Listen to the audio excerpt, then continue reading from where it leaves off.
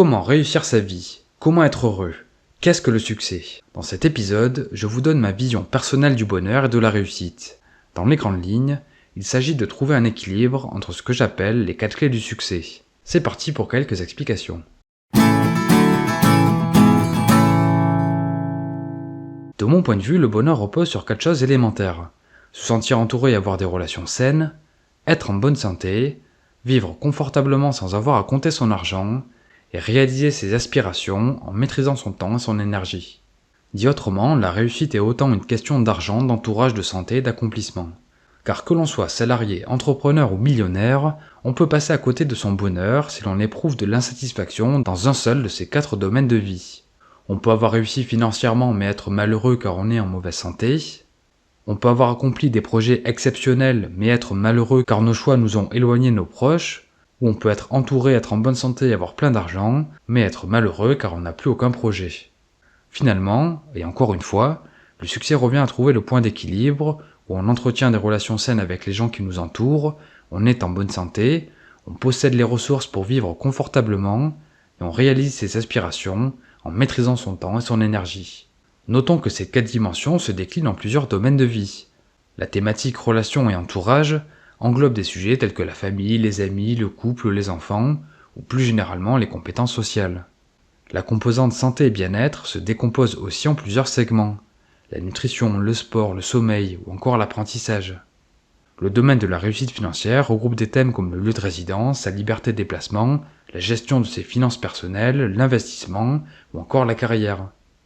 La partie accomplissement étant inclut entre autres la connaissance de ses projets de vie et l'organisation pour les concrétiser. Personnellement, je crois que le but de la vie est de progresser dans chacune de ces dimensions jusqu'à trouver et maintenir un niveau d'équilibre qui nous correspond. Concrètement, la clé revient à faire le point régulièrement en se demandant « Suis-je satisfait d'un point de vue relationnel? Suis-je bien dans mon corps et dans mon esprit? Est-ce que j'arrive à vivre sans trop compter mon argent? Suis-je en mesure de réaliser mes projets en ayant la maîtrise de mon temps ?»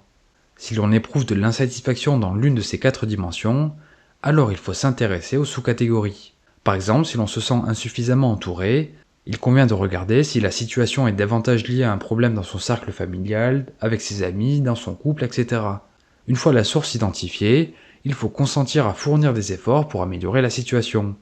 Résoudre un conflit qui nous ronge, organiser un événement pour enfin passer du temps avec ses proches, ou changer son quotidien pour faire plus de rencontres, etc. En tout cas, le chemin pour trouver son équilibre de vie est long et sinueux. Il faudra du temps et du travail pour atteindre sa liberté financière, parvenir à manger équilibré en se faisant plaisir, ou développer une relation amoureuse épanouissante. Pour y parvenir, le mieux revient à privilégier des efforts quotidiens et consistants sur le long terme. De plus, au lieu de chercher à tout faire bien dès le départ, il vaut mieux s'atteler à une petite amélioration à la fois. Tous les mois, on peut essayer de mettre en place une nouvelle habitude, en supprimer une mauvaise, ou en améliorer une autre.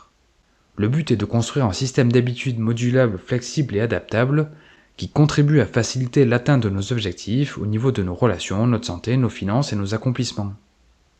La rubrique Tips que je propose sur mon site vise à créer du contenu autour de ce sujet passionnant. Sur mes différentes plateformes, je développe ma vision dans les différents domaines de vie, tels que la carrière, le couple ou l'investissement. Je m'attache à mettre en évidence les principes et pratiques concrètes qui m'aident au quotidien. En parallèle, une carte mentale téléchargeable sur mon site résume l'ensemble de mon système d'habitudes. Enfin, je développe un programme pour aider ceux qui souhaitent construire progressivement leur propre système et trouver leur équilibre de vie par rapport aux 4 clés du succès. Bref, je vous invite à rejoindre l'aventure si vous partagez la même vision de la réussite. En tout cas, je vous remercie pour votre attention et j'espère que cet épisode vous a plu. Si c'est le cas, je vous invite à le partager, à me faire part de vos remarques, questions et suggestions dans les commentaires. Pour finir, je vous invite à vous abonner pour être informé lorsque les prochains épisodes paraîtront. C'était Mr. Fanjo, à très vite.